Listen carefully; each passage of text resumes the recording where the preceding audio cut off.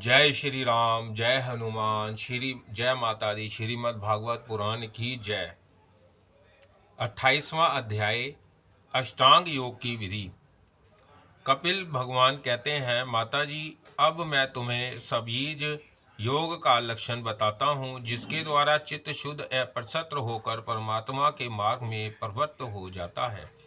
यथाशक्ति शास्त्र विहित सब धर्म का पालन करना तथा शास्त्र विरुद्ध आचरण का परित्याग करना, प्रारब्ध के अनुसार जो कुछ मिल जाए उसी में संतुष्ट रहना, आत्मज्ञानियों के चरणों की पूजा करना, विषयावासनाओं को बढ़ाने वाले कर्मों से दूर रहना, संसार बंधन से छुड़ाने वाले धर्मों में प्रेम करना, पवित्र और परिमित भोजन करना, निरंतर एकाग्र और निर्भय स्थान में रहना, मन वाणी और शरीर से किसी जीव को ना सताना, सत्य बोलना, चोरी ना करना, आवश्यकता से अधिक वस्तुओं का संग्रह ना करना, ब्रह्मचार्य का पालन करना, तपस्या करना, बाहर भीतर से पवित्र रहना, शास्त्रों का अध्ययन करना, भगवान की पूजा करना, वाणी का संयम करना, उत्तम आसनों का अभ्यास करके स्थिरता पूर्वक बैठना, धीरे धीरे प्राणायाम के द्वारा श्वास को जीतना, इंद्रियों को मन के द्वारा विषयों से हटाकर अपने हृदय में ले जाना, मूलाधार आदि किसी एक केंद्र में मन के सहित प्राणों को स्थित करना, निरंतर भगवान की लीलाओं का चिंतन और चित्त को समाहित करना, इनसे तथा व्रत दान आदि दूसरे साधनों से भी सावधानी के साथ प्राणों को जीतकर बुद्धि के द्वारा अपने कुमार्गगामी दुष्ट चित्त को धीरे धीरे एकाग्र करे, परमात्मा के ध्यान में लगावें। पहले आसन को जीते, फिर प्राणायाम के अभ्यास के लिए पवित्र देश में कुश मर्ग चर्म आदि से युक्त आसन बिछावें। उस पर शरीर को सीधा और स्थिर रखते हुए सुखपूर्वक बैठकर अभ्यास करें। आरंभ में पूरक, कुंभक और रेचक कर्म से अथवा इसके विपरीत रेचक, कुंभक और पूरक करके प्राण के मार्ग का शोधन करें, जिससे चित्त स्थित और निश्चय हो जाए। जिस प्रकार वायु और अग्नि से तपाया हुआ सोना अपने मल को त्याग देता है, उसी प्रकार जो योगी प्राण वायु को जीत लेता है, उसका मन बहुत शीघ्र शुद्ध हो जाता है। अतः योगी को उचित है कि प्राणायाम से वात पित्त आदि जनित दोषों को, धारणा से पापों को, प्रत्याहार से विषयों के संबंध को और ध्यान से भागवत दी मुख करने वाले राग दोषादि दुर्गुणों को दूर करे। जब योग का अभ्यास करते करते चित्त निर्मल और एकाग्र हो जाए, तब नसिका के अग्रभाग में दृष्टि जमाकर इस प्रकार भगवान की मूर्ति का ध्यान करे। भगवान का मुख कमल आनंद से प्रफुल्ल है, नेत्र कमल कोश के समान रत्न नारे हैं, शरीर नील कमल दल के समान श्याम है, हाथों में चक्र, शंख चक्र और गदा धारण किए हुए हैं, कमल की केसर के समान पीला रेशमी वस्त्र लहरा रहा है, वक्ष स्थल में श्री वत्स चिन्ह है और गले में कौस्तुभमणि झिलमिला रही है। वनमाला चरणों तक लटकी हुई है, जिसके चारों ओर भोरे सुगंध से मतवाले होकर मधुर गुंजार कर रहे हैं। अंग प्रत्यंग में मलामूल्य हार, कंकण, किरीट, भुजबंद और नूपुर आदि आभूषण विराजमान है। कमर में करधनी की लड़ियां उसकी शोभा बढ़ा रही हैं। भक्तों के हृदय कमल ही उनके आसन है। उनका दर्शनीय श्याम सुंदर स्वरूप अत्यंत शांत एवं मन और नयनों को आनंदित करने वाला है। उनकी अति सुंदर किशोर अवस्था है। वह भक्तों पर कृपा करने के लिए आतुर हो रहे हैं। बड़ी मनोहर झांकी है। भगवान सदा संपूर्ण लोकों से वनिदत है। उनका पवित्र यश परम कीर्तनीय है और वह राजा बलि आदि परम यशस्वियों के भी यश को बढ़ाने वाले हैं। इस प्रकार श्री नारायण देव का संपूर्ण अंगों के सहित तब तक ध्यान करें जब तक चित्त वहां से हटे नहीं। भगवान की लीलाएं बड़ी दर्शनीय है, अतः अपनी रुचि के अनुसार खड़े हुए, चलते हुए, बैठे हुए, पौड़े हुए अथवा अंतर्यामी रूप में स्थित हुए उनके स्वरूप का विरुद्ध भाव युक्त चित्त से चिंतन करे। इस प्रकार योगी जब यह अच्छी तरह देख ले कि भागवत दिग्ग्रह में चित्त की स्थिति हो गई, तब वह उनके समस्त अंगों में लगे हुए चित्त को विशेष रूप से एक एक अंग में लगावे। भगवान के चरण कमलों का ध्यान करना चाहिए। वह व्रज, अंकुश, ध्वजा और कमल के अंगमय चिन्हों से युक्त है तथा अपने उभरे हुए लाल लाल शोभामय नख चंद्र मंडल की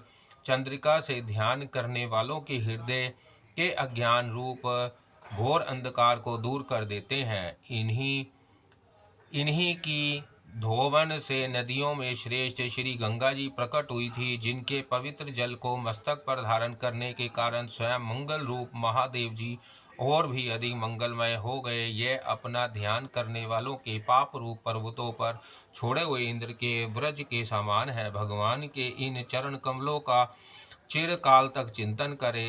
भव भाई हारी अजन्म श्री हरि की दोनों पिंडलियों एवं घुटनों का ध्यान करे, जिनको विश्व विधाता ब्रह्मा जी की माता सूरबनी दत्ता कमल लोचना श्री लक्ष्मी जी अपनी जांघों पर रखकर अपने कांतिमान कर किसलियों की कांति से लाड लड़ाती रहती है। भगवान की जांघों का ध्यान करें, जो अलसी के फूलों के समान नीनवन और बल की निधि है तथा गरुड़ जी की पीठ पर शोभ्यमान है। भगवान के नितंब बिंब का ध्यान करे, जो एड़ी तक लटके हुए पीताम्बर से ढका हुआ है और पीताम्बर के ऊपर पहनी हुई सुवर्णमय करधनी की लड़ियों को लिंगन कर रहा है। संपूर्ण लोकों के आश्रय स्थान भगवान के उदर देश में स्थित नाभि सरोवर का ध्यान करे। इसी में से ब्रह्मा जी का आधारभूत सर्वलोकमय कमल प्रकट हुआ है। फिर प्रभु के श्रेष्ठ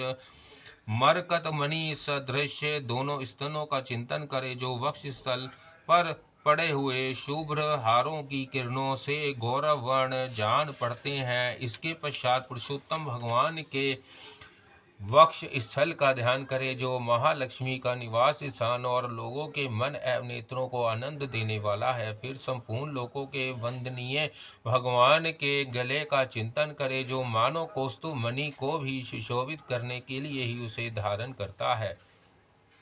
समस्त लोकपालों की आश्रय भूता भगवान की चारों भुजाओं का ध्यान करे, जिनमें धारण किए हुए कंकणादि आभूषण समुद्र मंथन के समय मंदार चल की रगड़ से और भी उजले हो गए हैं। इसी प्रकार जिसके तेज को सहन नहीं किया जा सकता, उस सहस्त्र धारों वाले सुदर्शन चक्र का तथा उनके कर कमल के रज हंस के समान विराजमान शंख का चिंतन करे।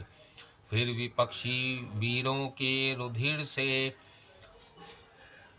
रुधिर से सनी हुई प्रभु की प्यारी को कोमोदों की गदा का, भोरों के शब्द से गुंजयमान वनमाला का और उनके कंठ में सुशोभित संपूर्ण जीवों के निर्मल तत्व रूप कौस्तुभमणि का ध्यान करें। भक्तों पर कृपा करने के लिए ही यहाँ साकार रूप धारण करने वाले श्री हरि के मुख कमल का ध्यान करें, जो सुधर्णे नसिका से सुशोभित है और झिलमिलाते हुए मकराकृत कुंडलों के हिलने से अतिशय प्रकाशमान स्वच्छ कपोलों के कारण बड़ा ही मनोहर जान पड़ता है। काली काली घुंघराली अलकावली से मणिरत भगवान का मुख्य मंडल अपनी छवि के द्वारा भ्रमरों से सेवित कमल कोश का भी तिरस्कार कर रहा है और उसके कमल सदृश विशाल एवं चंचल नेत्र उस कमल कोश पर उछलते हुए मछलियों के जोड़े की शोभा को मात कर रहे हैं। उन्नत भ्रूलताओं से सुशोभित भगवान के ऐसे मनोहर मुखार बिंद की मन में धारणा करके आलस्य रहित हो उसी का ध्यान करें। हृदय गुहा में चिरकाल तक भक्ति भाव से भगवान के नेत्रों की चितवन का ध्यान करना चाहिए, जो कृपया से और प्रेम भरी मुस्कान से क्षण क्षण अधिकाधिक बढ़ती रहती है, विपुल प्रसाद की वर्षा करती रहती है और भक्त जनों के अत्यंत घोर तीनों तापों को शांत करने के लिए ही प्रकट हुई है। श्री हरि का हास्य प्राण जनों के तीव्र से तीव्र शोक के अश्रु सागर को सुखा देता है और अत्यंत उदार है। मुनियों के हित के लिए कामदेव को मोहित करने के लिए ही अपनी माया से श्री हरि ने अपने भ्रुमंडल को बनाया है, उनका ध्यान करना चाहिए। अत्यंत प्रेमाद्र भाव से अपने हृदय में विराजमान श्री हरि के खिलखिलाकर हंसने का ध्यान करें, जो वस्तुतः ध्यान के ही योग्य हैं, तथा जिसमें ऊपर और नीचे के दोनों ओठों की अत्यधिक व अरुण कांति के कारण उनके कुंदकली के समान शुभ्र छोटे छोटे दांतों पर ललिमा सी प्रतीत होने लगती है। इस प्रकार ध्यान में तन्मय होकर उनके सिवा किसी अन्य पदार्थों को देखने की इच्छा ना करें। इस प्रकार के ध्यान के अभ्यास से साधक का श्री हरि में प्रेम हो जाता है, उसका हृदय भक्ति से द्रविड़ हो जाता है, शरीर में नंद तिरेक के कारण रोचन होने लगता है। उत्कंठ जनित प्रेमाश्रुओं की धारा में वह बारंबार अपने शरीर को नहाता है और फिर मछली पकड़ने के कांटे के समान श्री हरि को अपनी ओर आकर्षित करने के साधन रूप अपने चित्त को भी धीरे धीरे ध्याय वस्तु से हटा लेता है।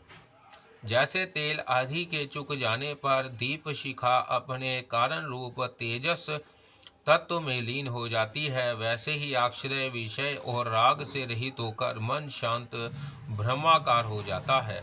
इस अवस्था के प्राप्त होने पर जीव गुण प्रवाह रूप देहादि उपाधि के निवृत्त हो जाने के कारण ध्याय आदि विभाग से रहित एक अखंड परमात्मा को ही सर्वत्र अनुगत देखता है।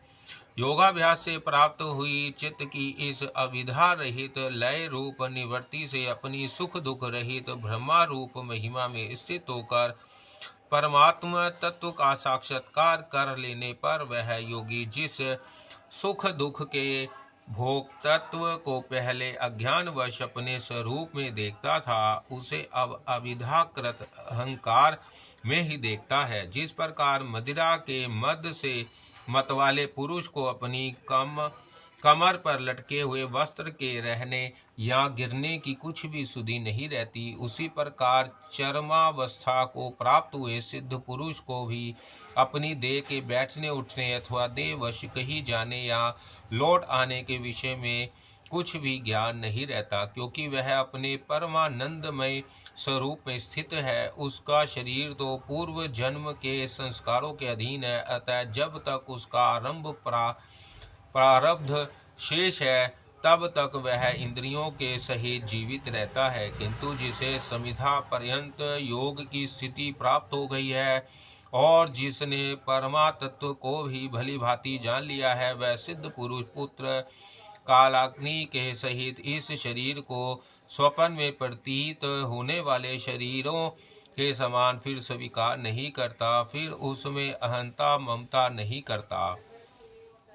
जिस प्रकार अत्यंत स्नेह के कारण पुत्र और धनादि में भी साधारण जीवों की आत्मबुद्धि रहती है, किंतु थोड़ा सा भी विचार करने से ही वह उनसे स्पष्टतया अलग दिखाई देते हैं, उसी प्रकार जिन्हें यह अपना आत्मा मान बैठा है, उन देहादि से भी उसका साक्षी पुरुष पृथक ही है।